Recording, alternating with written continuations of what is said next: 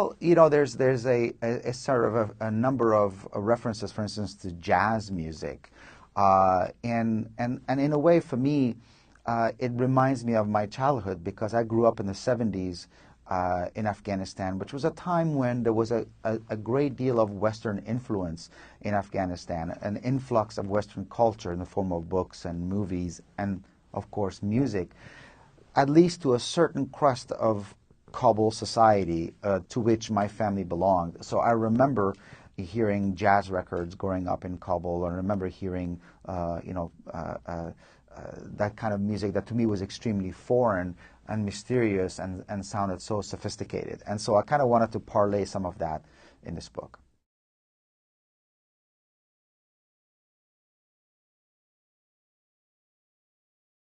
Well, I think every Afghan who's lived comfortably in exile and returns to Afghanistan, if they have a conscience, they come back with some sense of guilt.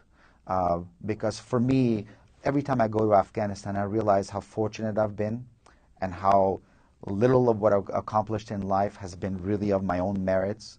And I don't mean to be self-effacing, and I understand I've written my books and I had a medical career, but I wouldn't have been able to if the genetic lottery that decided my life had decided that I would instead be born into another family that didn't have the means to flee Afghanistan, and maybe I would have been raised in a refugee camp and I wouldn't be where I am now. And so there's always an element when I go there of kind of unearned privilege, as it were. And so that does cause in me a feeling of feeling guilty about, what I'm seeing. And it used to trouble me more in the earlier years, but I found more positive, constructive ways of dealing with that. And I've made it very clear that one of the reasons I started my foundation was to combat that particular emotion and to try to turn something that was kind of roiling negatively inside me into something outwardly positive.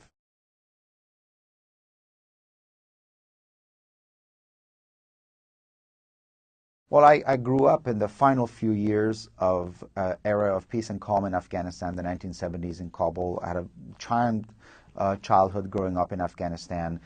From the time that I can remember, including my early childhood in Afghanistan, I began to write stories. I had a real passion for the creative process, something which I continued when my family moved to France in 1976, where my father was assigned to a diplomatic post for 4 years.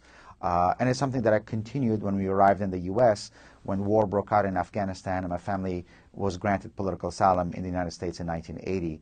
So writing for me has been part of my life, essentially my entire life. It's a lifelong passion for me, and I feel very fortunate to have been able to be able now to call it as well my livelihood.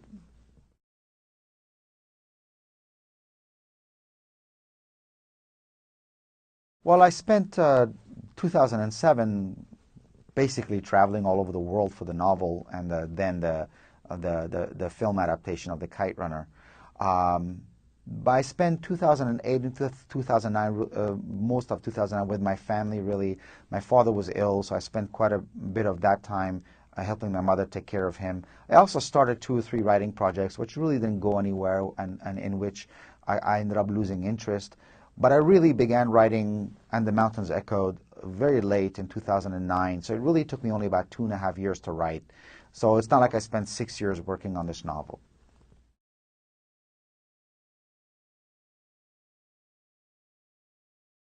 I'm more or less able to shut out those voices because once I begin a writing project, I kind of climb down into this mental bunker where I'm so involved with the nuts and bolts of creating a story, of figuring out the mystery and figuring out this puzzle that I'm working on, that all that kind of becomes background noise. The only pressure I do feel is whether I can do it, whether I'm able to continue something for which I've had a lifelong love, which is writing, and whether a day may come where I will sit and nothing of substance will come out and I won't have anything meaningful to say.